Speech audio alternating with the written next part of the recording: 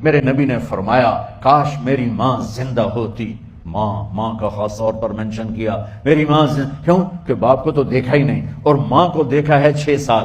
میری ماں زندہ ہوتی اور میں عشاء کی نماز کے مصلی پہ کھڑا ہوتا اور میرے گھر سے میری ماں کہتی محمد، تو میں ماں کے لیے نماز توڑ دیتا.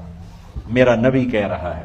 اور جب آپ حج پہ تشریف لے گئے اور ابوا کے میدان سے گزرے جہاں میرے نبی کی والدہ کا انتقال ہوا تھا، اس بات کو 57 سال گزر چکے ہیں.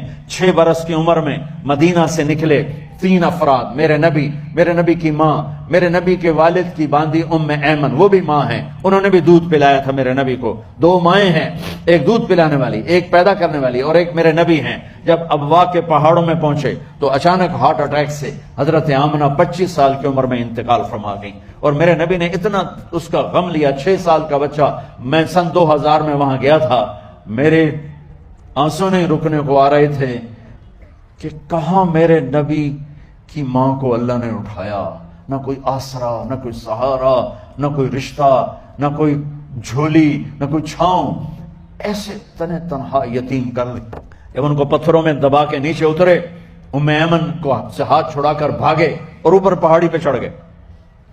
جب ام ایمن پیچھے گئیں تو ام ایمن نے کیا دیکھا کہ ابوا کے پہاڑ بھی رو رہے ہوں گے. آپ ماں کی قبر کو چمٹ کے ایسے اوپر لیٹے ہوئے تھے، قبر کو پکڑا ہوا تھا، اوپر لیٹے ہوئے تھے.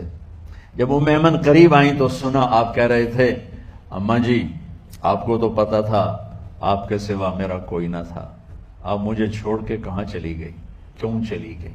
6 سال کا بچہ پہلی موت دیکھ رہا ہے تو ان کو سمجھ میں نہیں آ رہا کہ میری ماں کے ساتھ ہوا کیا ہے. ام ایمن نے اٹھانا چاہا، آپ نے اٹھنے سے انکار کر دیا. اس صدمے کو سینے میں لیے ہوئے 57 سال کے بعد، 7ویں دن بندہ رو نہیں سکتا، رونا ہی چاہے تو رونا نہیں آتا. 57 سال کے بعد آپ اس وادی سے گزرے، اپنے اونٹنی کو ماں کی قبر کی طرف موڑ دیا اور ان پلرز کو 3 گنا کرو تو وہ پہاڑ بنتا ہے. چھوٹی پہاڑی تھی. اونٹنی کو نیچے بٹھایا، اوپر پہاڑ پر گئے اور یہ مجھے دیکھو.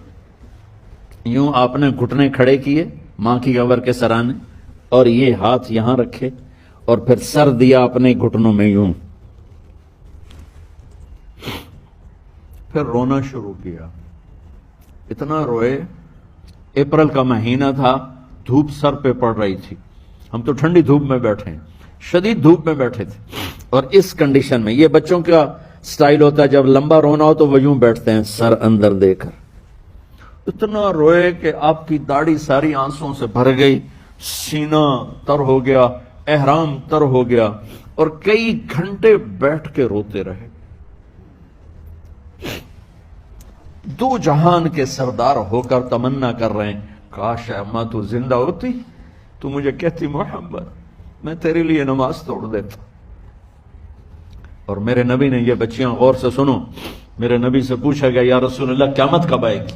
آپ نے فرمایا یہ تو اللہ کو پتا ہے. نے کہا یا رسول اللہ کوئی نشانی بتا دے. تو آپ نے فرمایا جب بچیاں ماؤں کو ذلیل کریں گی تو قیامت آ جائے. جب بیٹیاں ماؤں کے ساتھ بدتمیزی کریں گی اور ماؤں کو ذلیل کریں گی تو قیامت آ جائے گی.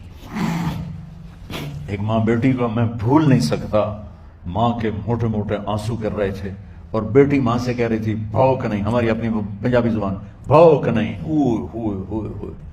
یہ تو ہم نوکر کو کہتے ہوئے ڈرتے ہیں، وہ ماں سے کہہ رہی تھی بھوک نہیں، یعنی بکواس نہ کر. رو کے چپ، صرف آنسو اس کے گر رہے تھے ایسے. شاید وہ یاد کر رہی تھی کہ 9 مہینے کیسے اس کو میں نے پیٹ میں پالا، جنتے ہوئے کتنی تکلیفوں سے گزری اور اس کو دودھ پلاتے ہوئے کتنی راتیں میں نے کاٹ کاٹ کے گزاری اور اس کے پیشاب دھوتے ہوئے کتنی دفعہ میں سردی میں ٹھٹھری، اور آج یہ مجھے کہہ رہی ہے بھوک نہیں.